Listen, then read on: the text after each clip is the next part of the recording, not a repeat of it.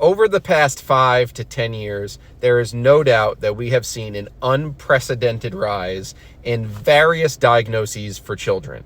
And we can continue to blame COVID and virtual school and all of these different things that are pushing this mental health crisis with children and families. But if you take 5 to 10 minutes to scroll through some of the parenting information that's on social media, that has to be a major driving cause of what's happening here.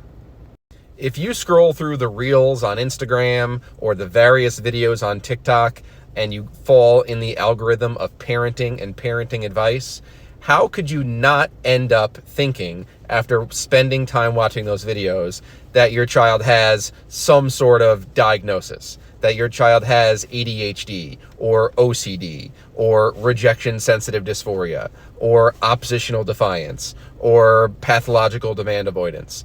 There's so much information out there being presented to you by people that do not have medical degrees and do not have significant training. These are people that just have their own unique lived experiences with these disorders or with raising children. Maybe it's a parent, maybe it's someone who experienced it in some type of way, but they're coming on talking like they are an actual specialist providing information, and a lot of it is just scare tactics, and it's not real research-based information. So parents come away from social media thinking that their child is disordered, they need therapy, they need medication, and they need help.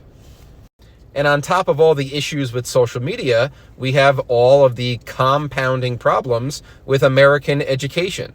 So parents are getting calls and emails every day from the teacher because the child's having behaviors at school.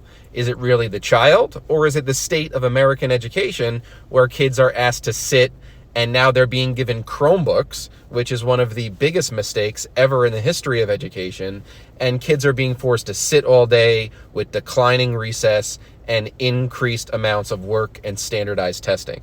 So education itself is a major problem, especially with the addition of Chromebooks. But is it really the child who's disordered, or is there an issue with education? Not the teacher's fault, the overall state of education.